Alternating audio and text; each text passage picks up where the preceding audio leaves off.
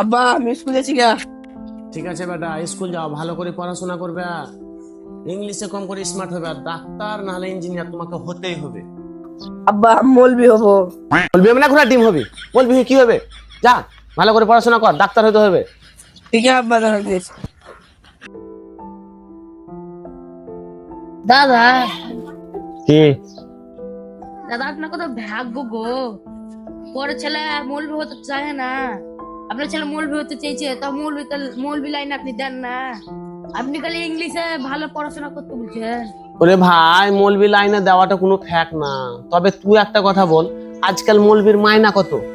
5 থেকে 7 হাজার। 5 থেকে 7 হাজার। আর তুই মাসে পকেট খরচ করিস কত? ওই 8 থেকে 9 হাজার টাকা। তাহলে তুই যদি মাসে 8-9 হাজার টাকা পকেট খরচ করিস, তাহলে একটা মৌলবির 5 থেকে 7 হাজার টাকায় কি হবে? মাস যাবে? তার সব রকম খরচ আছে।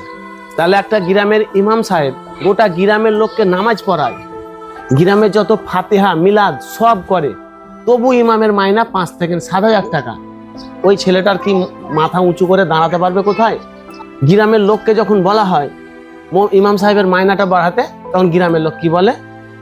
ইমাম সাহেব চেঞ্জ করো। ছেলে পড়াবে ইমাম সাহেব, সব করবে ইমাম সাহেব, আর যেই 7 হাজার থেকে না 8 হাজার করতে বলে, বলে চেঞ্জ করো। এই জামানা কি ইমাম করব? হ্যাঁ ঠিক বলেছেন দাদা, আমরা সবই করতে পারি, কিন্তু আমরা ইমামের মাইনে বাড়াতে পারি না।